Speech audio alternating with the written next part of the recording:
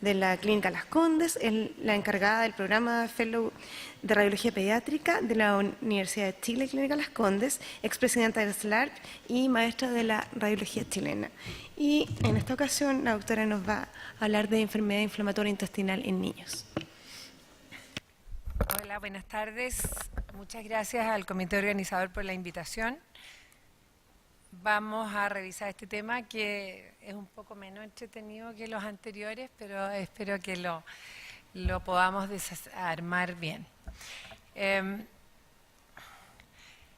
La idea es que revisemos las técnicas disponibles, que son muchas, que explicitemos los eventuales riesgos para los niños involucrados en los distintos estudios, porque estos niños requieren muchos estudios, y que entreguemos las herramientas que permitan elegir la o las modalidades de imágenes para cada paciente según la etapa de evolución de la enfermedad. Ustedes saben, ustedes saben, pero yo no. Tenemos la resonancia magnética, la tomografía computarizada, nuestra querida ecografía y los estudios varitados nos pueden ayudar en distintas proporciones en este tema tan complejo y que, como decía el doctor Zavala, estamos viendo cada día más. No hay ningún consenso con respecto a cómo optimizar el estudio y vamos a ver que hay muchas variables que debemos conocer y manejar en relación a qué le vamos a hacer, cuándo lo vamos a hacer, qué tenemos que pedir. La elección de la modalidad siempre debe incluir el antecedente de la presentación clínica del paciente, en qué periodo de su patología está y la sospecha del probable hallazgo patológico. Debemos nosotros balancear entre precisión diagnóstica, como siempre en radiología infantil, exposición a radiación, tolerancia del examen, invasividad del examen, para elegir lo que es mejor para el niño. Con respecto a la radiación, todos sabemos que los niños tienen mayor riesgo de cáncer por dosis, cosa que además se suma a que el riesgo se agrega, digamos, que nosotros podemos inducir cáncer por radiación diagnóstica en una proporción mayor en los niños y que ya desde los años 2003-2007 en la Clínica Mayo vieron que decidieron disminuir los tránsitos intestinales, pero se subió el aumento de enterografías por tomografía computarizada en 840%. Entonces uno hace una cosa para ser mejor y al final no todo lo mejor resulta. En enfermedad inflamatoria intestinal, las dosis van a ser para cada niño dependiente también del diagnóstico, porque los pacientes con enfermedad de Crohn reciben mucho mayor radiación o han recibido hasta ahora, porque estamos tratando de hacerlo obviamente con menos estudios que involucren radiación. Y si lo vamos a hacer, sobre todo en los niños con Crohn, usar siempre baja dosis. Disponibles para la enfermedad inflamatoria intestinal, algunas no son ya muy útiles, pero hay gran cantidad de exámenes. Yo puse esta lista que es media terrible, pero de manera de que, porque de repente no es tan claro qué es lo que es enterografía, qué es lo que es enteroclisis, pero siempre tenemos a la mano, y lo vamos a incorporar en el estudio de enfermedad inflamatoria intestinal, al ultrasonido, que como sabemos todos es accesible, no irradia, y en la enfermedad inflamatoria se escribe mucho que el recto y el sigmoide son poco accesibles, pero la verdad es que no es así y uno hace un mapeo en general de todo el intestino y la ecografía es un excelente método de estudio. En tomografía computarizada podemos hacerlo con o sin sonda nasoyeyunal y eso hace, si eso es enterografía o enteroclisis, todo esto involucra radiación y nosotros lo usamos cada día menos en realidad. En resonancia, en pediatría, también usamos más la enterografía, que no usamos sonda, sino que el niño se traga el contraste que le vamos a dar y vamos a obtener exámenes de alta calidad y con muy buenas imágenes diagnósticas. Las enteroclisis tienen un poco mayor rendimiento en cuanto a la distensibilidad y las áreas de estenosis, pero la verdad es que usando enterografía nosotros en general logramos toda la información que el clínico necesita y el paciente también. Con respecto a los estudios varitados, fueron los pilares tradicionales en las imágenes de la enfermedad inflamatoria, la enteroclisis convencional y el tránsito intestinal, y daban imágenes que encontrábamos fantásticas, pero que están reducidos a lo que corresponde a la superficie interna, ¿no es cierto?, de la mucosa y la pared, solo vamos a ver algunas rigideces. La enteroclisis convencional fue el estándar de referencia, requería sonda nasoyeyunal y a través de ella se inyectaba bario, metilcelulosa y aire, y se describía como muy específica y muy sensible, pero la verdad es que era invasiva, tomaba un tiempo prolongado, no pesquisa ninguna lesión transmural, ni extraintestinal, ni extraluminal, por supuesto, y tenía una dosis de radiación variable y nada de poco en realidad. Pero sí otorgaba una excelente delineación de la mucosa y daba una muy buena evaluación de la distensibilidad intestinal. El tránsito es fácil, no invasivo, está disponible en todas partes, pero la verdad es que la imagen es de mala calidad, no pesquisa ni siquiera el engrosamiento parietal, la lesión transmural ni la extraluminal, por lo que la verdad es que ambas técnicas han sido sustituidas por los estudios planares y la ecografía. El ultrasonido, nuestra herramienta de todos los días de la pediatría, a la cual esta enfermedad en especial, así como muchas otras, le pide mucho tiempo y le pide mucha paciencia para ver todo lo que es necesario para el control de estos niños. Sabemos que no requiere preparación, idealmente lo hacemos siempre con ayuno y demuestra las lesiones transmurales y extraintestinales, pero tiene una gran variabilidad interobservador que ya, aplica a toda la pediatría, pero en estos que necesitan más paciencia, así como la enterocolitis necrotizante también, es algo que el radiólogo pediatra tiene que ponerle mucho cariño en realidad. Tiene una evaluación más limitada de la distensibilidad que cuando uno está inyectando volúmenes dentro del tubo digestivo y una mejor resolución espacial que los estudios varizados. Podemos medir el espesor de la pared, las rigideces, las estenosis, con alguna limitación, pero también las podemos ver. Presencia de fístulas, abscesos, cambios inflamatorios mesentéricos, todo eso está a la mano de la ecografía. Y hay un metaanálisis que da una sensibilidad de 89,7% y una especificidad de 95,6% para el ultrasonido, mirado desde el punto de vista del diagnóstico del paciente, y si uno lo mira por segmentos, la sensibilidad es más baja, pero la especificidad sigue siendo alta. Este es un ejemplo de colitis ulcerosa en que podemos ver, yo aquí puse cortes del colon ascendente, vemos aquí el sigmoides, el colon descendente, con todo el detalle que nos da la ecografía del detalle del engrosamiento de la pared, el engrosamiento de la grasa, también nos muestra las adenopatías cuando están presentes.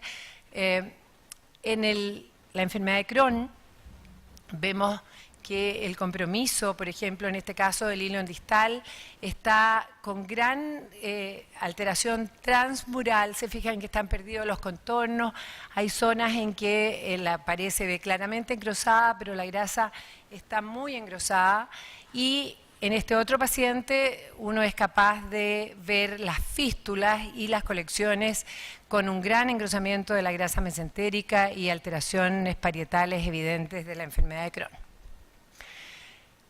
El escáner en enfermedad inflamatoria intestinal se ha utilizado en adultos para la presentación clínica aguda, porque es cómodo, porque involucra ve las complicaciones y pudiera requerir en ese momento alguna resolución quirúrgica que lo va a informar mucho más rápidamente. Y para el seguimiento después de la identificación también puede servir para etapificar en la enfermedad inflamatoria intestinal. La preparación en la enteroclisis convencional por tomografía computarizada también es con sonda.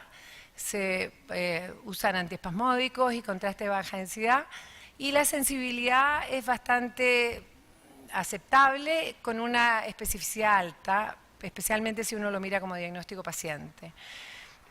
Demuestra la pared intestinal, la distensibilidad, la presencia de estenosis y muy bien el compromiso extraintestinal. Pero es invasivo, nosotros tratamos de no usar sonda, ni menos hasta el yeyuno, y evidentemente esto lo requiere y tiene una dosis de radiación involucrada. Se instala la sonda, se instila lo que le vamos a poner para distender el intestino, se hace contraste endovenoso y vemos con claridad y facilidad todo el compromiso del ASA, todo el cuadro inflamatorio más allá del contorno de la pared, vemos también ganglios, una información bien completa, y la alternativa para no usar la sonda es la enterografía por tomografía computarizada, que el niño tiene que tragarse los volúmenes que le vamos a dar, podemos usar o no antiespasmódicos, y los resultados son bastante semejantes a la enteroclisis, salvo en la distensibilidad. Pero podemos obtener excelentes imágenes, pero con la dosis de radiación involucrada que nos tratamos nosotros de evitar. La resonancia, que es una de las herramientas más importantes en este momento en enfermedad inflamatoria intestinal, tanto la enterografía como la enteroclisis se comparan favorablemente con la tomografía computarizada y tienen una excelente precisión diagnóstica. Obviamente no incluyen dosis de radiación y tienen una excelente resolución de contraste de tejidos blandos. Las desventajas: no todos tenemos acceso a la resonancia en nuestro país y porque tiene un alto costo. Tiene menor resolución espacial que la tomografía computarizada, pero es una excelente herramienta diagnóstica. Y lo otro es que hay múltiples protocolos de estudio. No todos estudiamos igual a los niños, entonces después cuando queremos comparar resultados no todas las cosas son las mismas. No requiere sedación. Damos un régimen liviano el día previo y el contraste oral es variado. Nosotros usamos una solución de manitola al 2,5 con un volumen variable dependiendo de la edad, que lo damos en la hora previa al procedimiento, y lo hacemos con antiespasmódico endovenoso antes del examen y obtenemos imágenes axiales, coronales, sagitales en diferentes secuencias para evaluación anatómica y después adquirimos post-contraste. Aquí tenemos un niño con una enfermedad de Crohn, con un gran compromiso inflamatorio en el corte axial, y tenemos acá múltiples linfoadenopatías adyacentes al compromiso inflamatorio. Esta es una colitis ulcerosa con compromiso básicamente del colon, y acá tenemos la imagen de la endoscopía. ¿Qué rol tienen las imágenes en la enfermedad inflamatoria intestinal?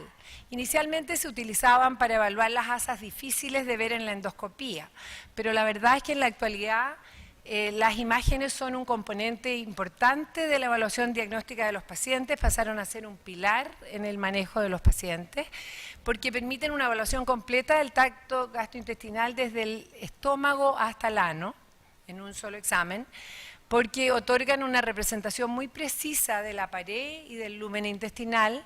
También vemos el mesenterio y los tejidos blandos periintestinales y otras estructuras blandas y óseas de la región abdominopélvica que también a veces nos aportan en el diagnóstico. Demuestran las imágenes planares detalladamente los cambios patológicos intra y extraluminales e incluyen la caracterización de la actividad de la enfermedad, que lo hacemos con el contraste y con la difusión. Dependiendo del escenario clínico, también vamos a hacer un enfoque un poco diferente de cómo nos bajamos con qué tipo de examen y qué es lo que vamos a buscar. Distinto es si estamos en sospecha diagnóstica inicial o si se trata de un paciente que tiene una enfermedad inflamatoria intestinal conocida, que requiere una evaluación y que se presenta a lo mejor con un nuevo episodio agudo que puede tener una complicación, o en un paciente con una enfermedad inflamatoria conocida que tiene una sintomatología no aguda y que vamos a controlar. Si estamos en sospecha diagnóstica inicial, tenemos que precisar si existe o no compromiso inflamatorio. Muchas veces nosotros por lo menos hacemos primero que nada una ecografía y si no hay compromiso inflamatorio en la ecografía, como que el clínico va caminando por otro lado, pero nos ayudamos bastante como primer examen con una ecografía hecha por cuadrantes y con todo el detalle que requiere. Después tenemos que intentar precisar si se trata de Crohn o de colitis ulcerosa y determinar la extensión y la severidad de la enfermedad. Vamos a pesquisar la localización del compromiso. El Crohn, ustedes saben, tiene lesiones de gran variedad de localizaciones. Aquí, por ejemplo, este Crohn vemos muy bien fuera del engrosamiento parietal. Vemos las típicas úlceras en el contorno de la pared intestinal. En el caso de la colitis ulcerosa, el compromiso está restringido al tracto digestivo inferior y aquí tenemos el compromiso de colon. Cuando tenemos como escenario clínico una enfermedad inflamatoria intestinal conocida que requiere una evaluación o presenta un nuevo episodio agudo, en general los clínicos primero lo controlan con los índices de clínicos y van muchas veces directamente a la endoscopía y dependiendo de lo que encuentran y el entendimiento del cuadro, pueden pedir imágenes para ver la evolución, depende también de la disponibilidad que tenga el clínico de las imágenes y también se evalúa la posibilidad de pesquisar complicaciones en estos pacientes. Cuando vamos a controlar la evolución, las imágenes son una alternativa no invasiva de control. Y especialmente importante en pacientes en que la endoscopía es compleja y eso a veces pasa en algunos pacientes, en algunos niños. Este control de evolución también permite la detección de complicaciones extraintestinales como fístula entérica, absceso intraabdominal o aire libre secundario a perforación. Aquí hay un ejemplo, esta es una de las grandes indicaciones de la resonancia magnética, es el compromiso perianal en la enfermedad de Crohn. Y este es un paciente que tiene una fístula con un gran compromiso inflamatorio adyacente. Cuando tenemos una enfermedad intestinal conocida y sintomatología no aguda, vamos a requerir una evaluación seriada y controlar el tratamiento. Y en los niños, para hacer esto, hay que considerar de preferencia imágenes no invasivas, idealmente sin radiación. Y ahí alternamos los controles de resonancia magnética de enterografía con ecografía, que hace un bastante buen papel en el control, porque si uno mapea en la enterografía inicial, las zonas comprometidas, el grado de compromiso con la ecografía puede ir alternando exámenes más invasivos y menos invasivos que van a llevar a un excelente control y evaluación del seguimiento de este paciente y no necesariamente todas las veces con una imagen planar. Para controlar el tratamiento requerimos de una modalidad capaz de detectar la actividad de la enfermedad y la respuesta.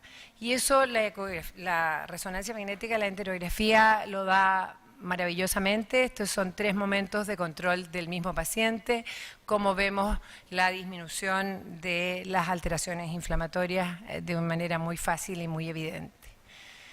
A modo de resumen, existen múltiples alternativas de estudio por imágenes que no siempre están todas disponibles. No hay un consenso único para manejar estos pacientes, va a depender del equipo, del radiólogo, con las disponibilidades, el gastroenterólogo, las necesidades del niño. Y en los niños siempre preferimos utilizar modalidades que no involucren radiación y la enterografía por resonancia es el examen de elección, pero no olviden alternar con ultrasonido que nos puede ayudar mucho en el control de estos niños a disminuir la invasibilidad de los procedimientos. Algunas referencias por si acaso alguien quiere profundizar y muchas gracias.